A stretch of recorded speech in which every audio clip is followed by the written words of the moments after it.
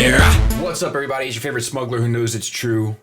All of it. It's favorite nerd. And today we are looking at the Hot Toys Force Awakens Han Solo to kind of accompany the Chewbacca piece we looked at last week. But you know how we roll around here. Let's get to the accessories. So he comes with the display stage, same as we've always seen with the Force Awakens line. The resistance symbol, the white, the clear plastic piece on top, Star Wars Han Solo done there, the crotch holder, and then this piece. I'm not sure, like I said before, I'm not sure if this comes with just the combination set.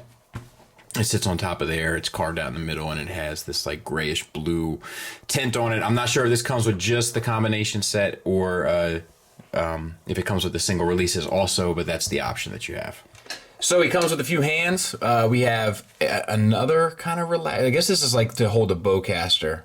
You know, like if you wanted to have him hold Chewie's bowcaster, he could hold it with two hands.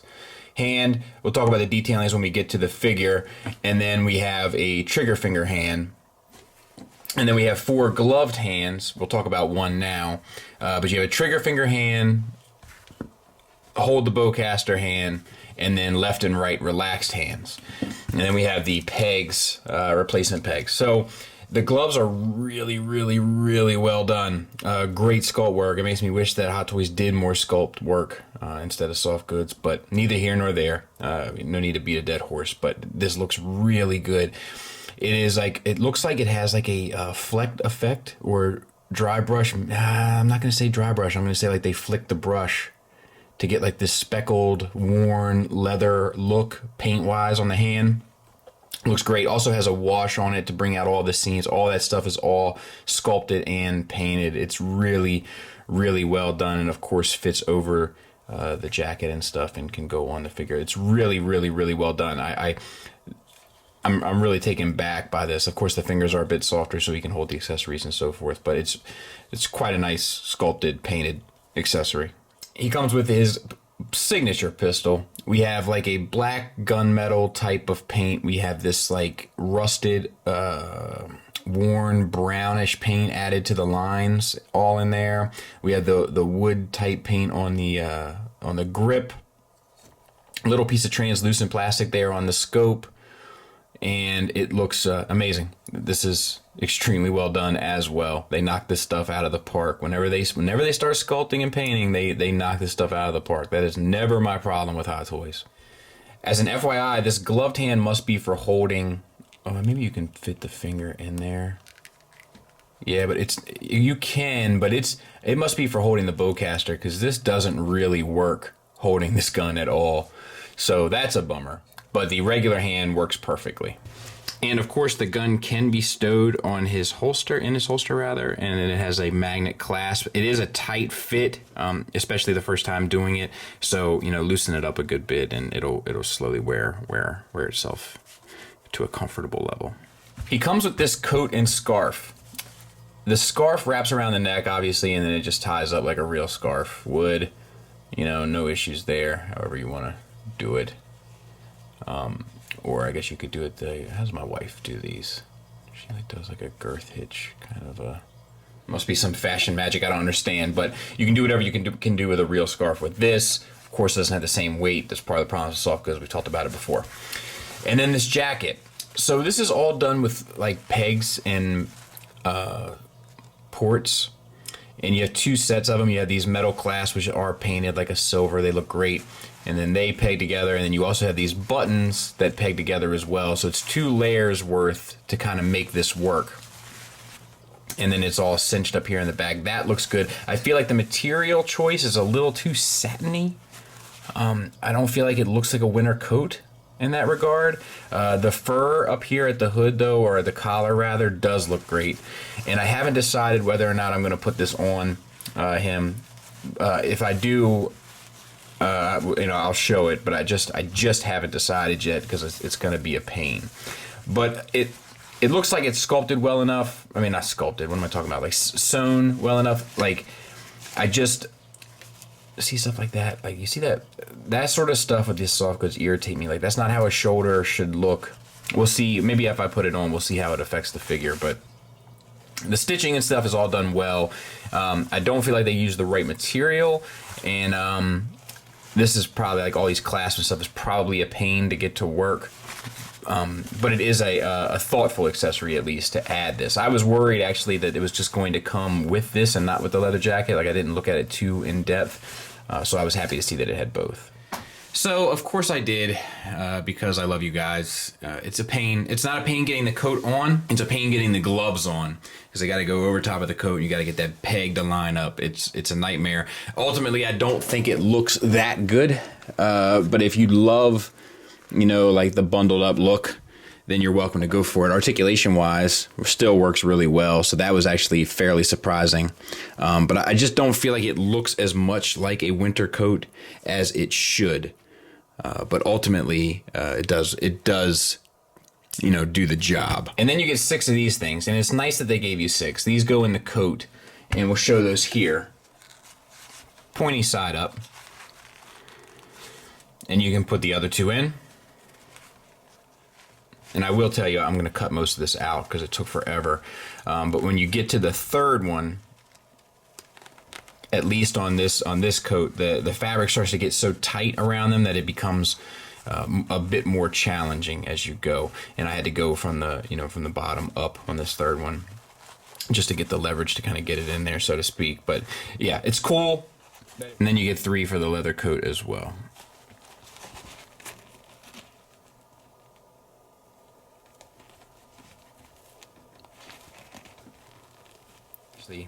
Actually, these went a lot easier overall. As for the face sculpt, I really think they nailed it. Now, the picture that you're seeing to the left is obviously him just with the hair sitting a little bit more flat, but there are other pictures where the hair does have a little bit more life to it like this one does, and I do think it looks a little bit better with the life in it. I love the wisps of hair over the eye and stuff, like, over that part of the forehead. I think that all works really well. I do feel like the hair is not as gray as it should be. It's a minor complaint. It still comes off aged when you see it in hand, but I definitely feel like it doesn't come off as aged as it should. I also feel like the stubble on the face should be a little bit more pronounced. Like in the figure, it looks more like a 5 o'clock shadow. In the movie, it's almost more like a couple days worth of growth. So I do feel like that is a bit off as well. But the rest of it, sculpt wise, I feel like is really, really a dead ringer. And once again, I had a hard time finding a full body pick, but I think that overall this works really well. Obviously, the weight of the clothes is still an issue. That'll probably continue to be an issue throughout our Hot Toys adventures on this channel, but it's definitely an issue.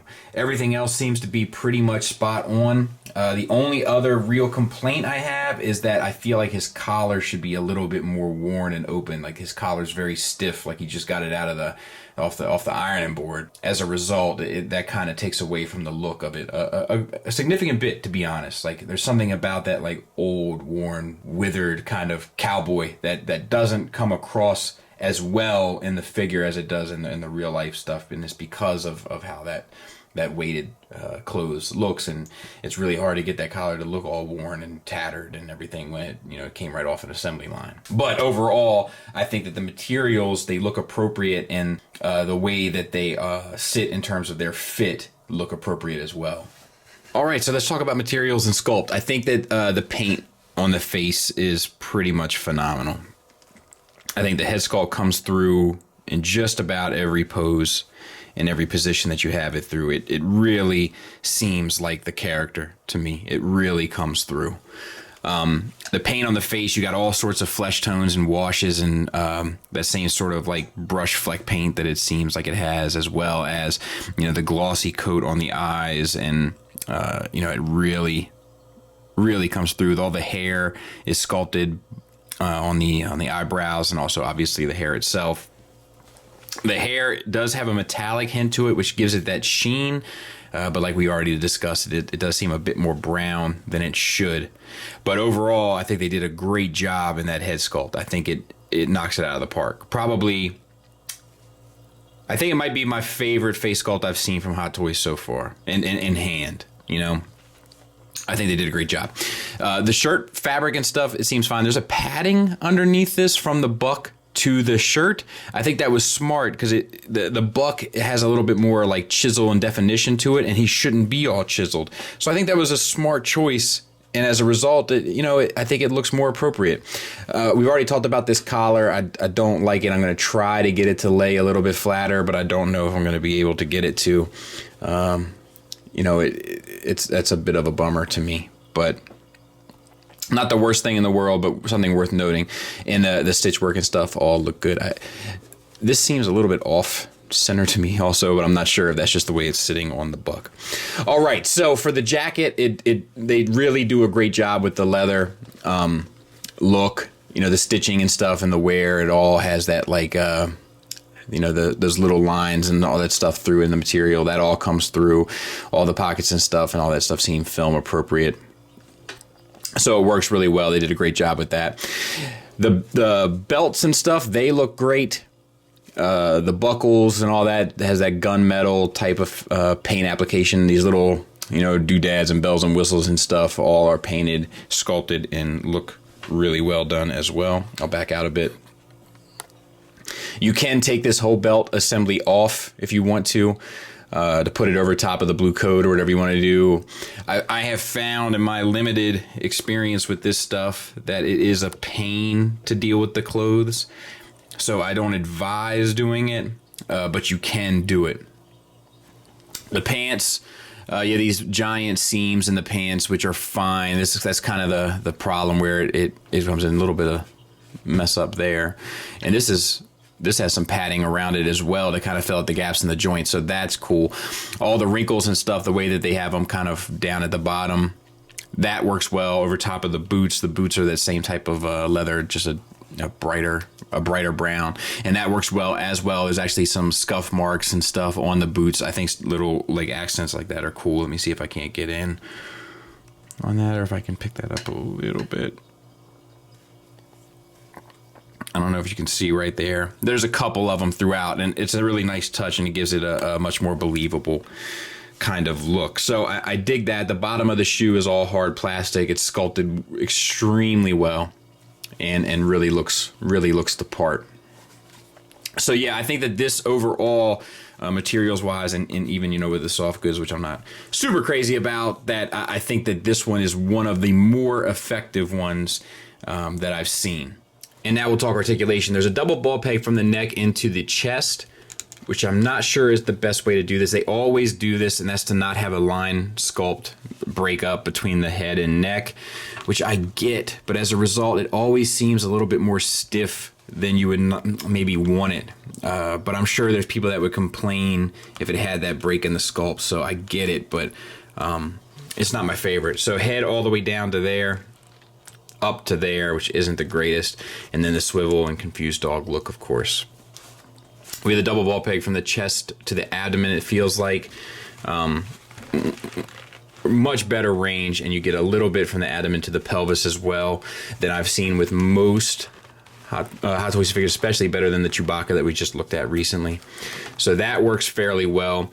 Feels like a ball or disc hinge in the shoulder to a ball peg inside the chest. You get the arm out to there, which is good. And then around to the front a little bit. And then to the back a great deal. Bicep swivel is there. Double jointed elbow, which even with the soft goods looks pretty good. I think it bunches up fairly nicely. You know, that's not terrible. It's not great. And you might be able to manipulate it and get a little bit better, but it's not terrible.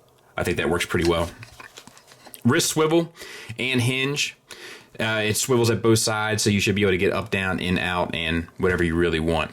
The hands, all sculpted well. You know, the vascular nature of them, and then all the different paint applications on them. It looks like washes, maybe some airbrushing, that fleck paint application, all that stuff. It looks good. For the hips, feels like ball joints. You do get this seam in the pants that causes a bit of an issue for it to look right standing naturally. When you go to stretch out the legs, it does start to give some resistance, so to speak, so I wouldn't push too further than this. So fairly limited. And then, you know, forward is kind of even worse. So that's not the best, but it's kind of what I've come to expect personally. Double jointed knee, which gets you a good range, at least 90 degrees. No, way more than 90 degrees. Angle was throwing me off. And then you have a double ball peg from the calf into the foot, and you can take the boots off if you'd like. It is kind of a pain to get back on, so I don't recommend it. I did do that halfway by accident. What's up, baby? Can I have Of course. Give me 2 seconds so I can wrap up this little part and I'll come get it for you. Okay. As a result, you get ankle tilt up to there, down to there, and then a great rocker. So the feet work really well. And so all in all, you know, all things considered, and with my general expectations of this company and its limitations, I think that this is a pretty well done release. And of course, there he is with Han Solo. If you haven't watched my Chewbacca review, just to give you another look at them together, this is them together on their display stages. And you know, it just gives it like I mentioned this in the other video, but it just gives me good feels to see the two of them together. It always does. I don't know if you guys watched any of that 40th anniversary celebration panel stuff that they broadcasted live. But like when Harrison Ford came out on that stage and gave Peter Mayhew like a hug in front of that audience, like, I mean, I kept it together. It doesn't get much more epic than this, does it? Or actually, maybe it does. Ladies and gentlemen, please welcome Harrison Ford. Look at him. Oh, he doesn't look like he wrecked a airplane at all. He's doing fine. Probably all that medicinal stuff. Is he gonna hug?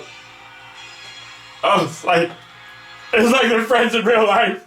It's like they're friends. But it's just something that tugs at your nostalgic heartstrings. You know, it's something about the two of them together. It's friends to the end. And there he is with the New Hope Han Solo. And much like the Chewbacca that we looked at last week, I feel like they did a much better job with the likeness of this Han Solo than the New Hope one.